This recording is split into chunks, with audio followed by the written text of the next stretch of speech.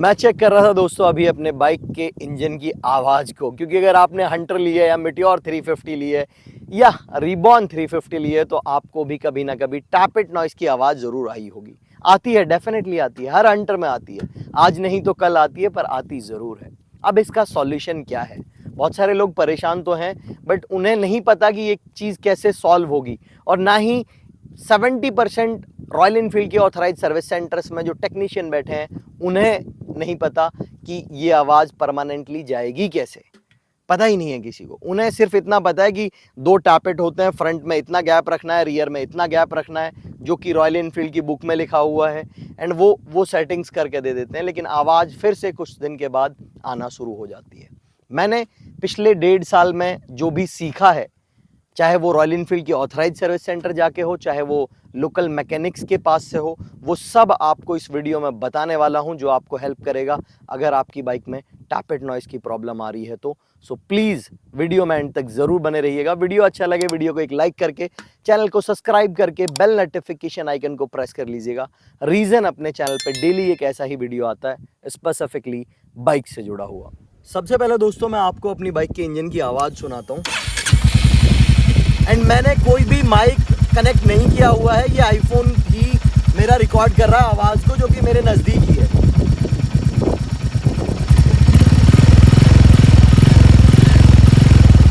अब मैं ज़रा साइलेंसर पे कपड़ा लगा लेता हूँ। ये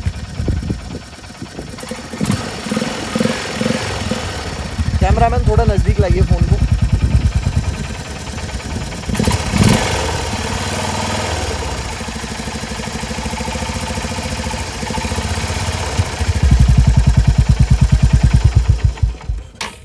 अभी दोस्तों आपने आवाज़ सुनी जो कि इंजन की आवाज़ थी, एंड दूसरा जो आवाज़ आपने सुनी वो यहाँ पे थ्रॉटल बॉडी सेंसर होता है, जो कि एयर इनटेक में हेल्प करता है, एंड ये जो सेंसर है ये फ्यूल को भी पिन करता है।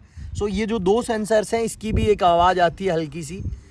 अब ये इंजन प्रॉपरली हेल्दी साउंड कर रहा है। अगर आपकी बाइक में भी ऐसी ही आवाज़ है, सो आपकी बाइक का भी इंजन प्रॉपरली हेल्दी है। अब टैप इट नॉइस अगर होगी सो आवाज आएगी रेटलिंग नॉइस, इरिटेटिंग नॉइस, जो कि खटक खटक खटक खटक खटक की आवाज आएगी। अब उस सिचुएशन में आपको सर्विस सेंटर जाना है एंड अपने टैपिट्स में जो गैप है उसको सेट करवाना है। अब गैप 2 टैपिट होते हैं इंजन के अंदर, एक फ्रंट में एक रियर में।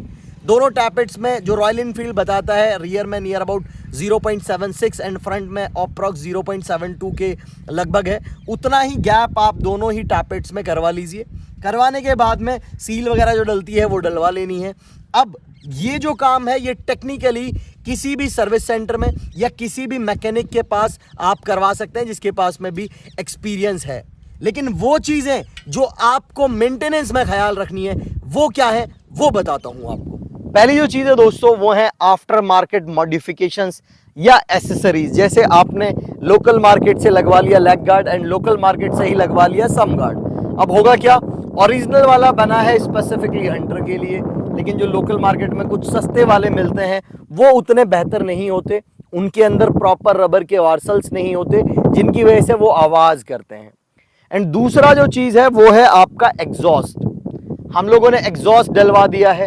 अब ये जो 3 चीज़ें 4 चीज़ें, चाहे आपने फिर क्रैश गार्ड लगवाया है, चाहे आपने सैडल स्टेज लगवाए हैं, अब ये सारी चीज़ें मेटल टू मेटल अगर कनेक्ट होंगी तो ये सब चीज़ें मिला के आपकी बाइक के अंदर एक वाइब्रेशन पैदा करेंगी, एंड वो वाइब्रेशन की वजह से आपको डेफिनेटली एक आवाज़ सुनने को मिलेगी, इरिटेशन आपको होगी जैसे ही आप वाइब्रेशन लेंगे या छन छन छन की आवाज़ आएगी।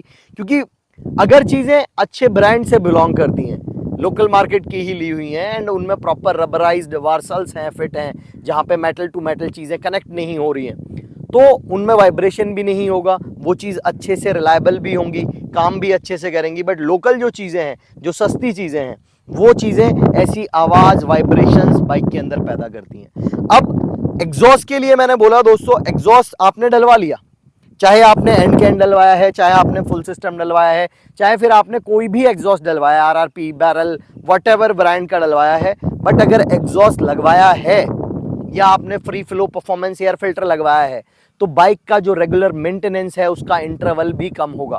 आपको करना क्या है, रॉयल इनफील्ड ही ये कहता है कि उनकी बाइक्स में 10,000 किलोमीटर में इंजन ऑयल चेंज होना चाहिए, एंड जो 5,000 किलोमीटर वाली सर्विस होती है उसमें आप टॉप अप करवा लीजिए अगर इंजन ऑयल लेवल कम है तो।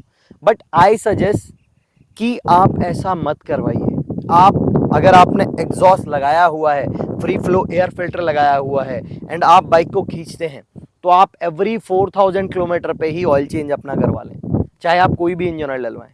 बट आई सजेस्ट कि मूटल डलवा लें आप 5100 ग्रेड का जो 15W50 आता है, या फिर आप लिक्यू मॉली ले लें, जो भी आपको पॉकेट अलाउ करे, अच्छा एक इंजन ऑयल इसके अंदर डलवा लें।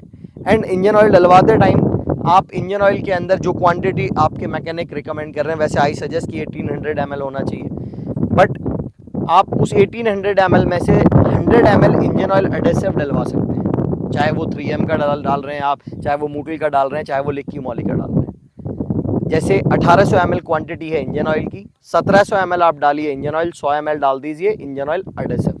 तो ये जो चीज़ है, मेंटेनेंस की जो चीज़ें हैं, इनका अगर आप ख्याल रखेंगे तो आपकी बाइक का इंजन हेल्दी रहेगा, एंड आपको ये जो नॉकिंग साउंड एंड जो ये टैपेट नॉइस या और वाइब्रेशन जैसी जो चीज़ें होती हैं, जर्क जैसी जो चीज़ें होती हैं, ये कम से कम आपकी बाइक में आपको महसूस होंगी। अब मेंटेनेंस बहुत अहम रोल प्ले करता है। जैसे मैं बात करूं, एक बाइक है जिसमें फुल सिस्टम एग्जॉस्ट लगा हुआ है, अगर उसका आप ऑयल चेंज करवाएंगे 10,000 किलोमीटर पे, तो डेफिनेटली उसका इंजन सीज हो जाएगा। रीजन, फुल सिस्टम एग्जॉस्ट लगने के बाद बाइक का जो O2 सेंसर है, जो हीट सेंसर है, वो ECM तक सही चीज़ें नहीं पहुंचा पाता, एंड इंजन हमारा हीट भी ज़्यादा होता है, तो उस सिचुएशन में आपका नुकसान होगा, इंजन सीज हो सकता है। सो आई सजेस्ट, अगर आपने एंड कैन लगाया हुआ है, आपने परफॉर्मेंस एयर फिल्टर लगाया हुआ है, इरिडियम प्लग लगाया हुआ है, तो आप ज़रूर से अपनी बाइक का इंजन ऑयल 4,500-5,000 किलोमीटर में चेंज करवा लें। 1700 ml इंजन ऑयल डालें एंड 100 ml आप इंजन ऑयल एडेसिव डालें। अगर आपने एयर फिल्टर परफॉर्मेंस वाला लगाया हुआ है, उसे टाइमली क्लीन करें हर 5,000 किलोमीटर पे या हर 4,000 किलोमीटर पे। और अगर आपने वही कंपनी वाला एयर फिल्टर डाला हुआ है, पेपर बेस जो होता है, तो आप उसे हर 4,000, 3,500, 5,000 किलोमीटर पे चेंज करवा दें। बिकॉज जो कंपनी आपको सजेस्ट कर रही है उन सारी चीज़ों पे चलेंगे तो फिर आपको बाइक भी वैसी ही रखनी पड़ेगी जैसी कंपनी से आ रही है, एंड जैसा कंपनी आपको रिकमेंड कर रही है बाइक को चलाने के लिए, वैसे ही आपको चलानी पड़ेगी। बाकी टैपेट के लिए कोई भी परमानेंट सॉल्यूशन नहीं है, ये एक रेगुलर मेंटेनेंस की जैसी चीज़ है। एवरी 10,000 किलोमीटर्स पे आप अपने टैपेट्स को चेक करवा सकते हैं, एंड अगर नॉइस है तो उन्हें सेट करवा सकते हैं। बाकी जो मैंने आपको मेंटेनेंस में ख्याल रखने वाली चीज़ें बताई हैं, उनका ध्यान रखेंगे तो आपको कभी भी टैपेट नॉइस जैसी समस्याओं का सामना नहीं करना पड़ेगा। अगर मैं अपनी बताऊं तो मैंने लास्ट ये 15-16 हज़ार वाली जो किलोमीटर पे मेरी सर्विस हुई थी उस पर सेट करवाए थे। उसके बाद जो रिसेंटली अभी मेरी 30,000 किलोमीटर वाली सर्विस हुई है उस पर सेट कराए हैं। तो आप पैसे बचा सकते हैं, क्योंकि जो टैपेट सेट करने के लिए जो किट आती है वो भी 400-500 रुपये की कॉस्ट करती है। तो ये चीज़ें हैं दोस्तों, ख्याल रखें आप अपनी बाइक का, खुद का, तो आप भी लंबे चलेंगे, बाइक भी लंबी चलेगी। आई होप वीडियो अच्छा लगा होगा, लाइक कर दीजिएगा। कोई सवाल जवाब हो कमेंट बॉक्स खाली है, भर दीजिएगा। मैं मिलता हूँ कल ऐसे इन्फॉर्मेटिव वीडियो के साथ। Thank you so much for love and support. धन्यवाद।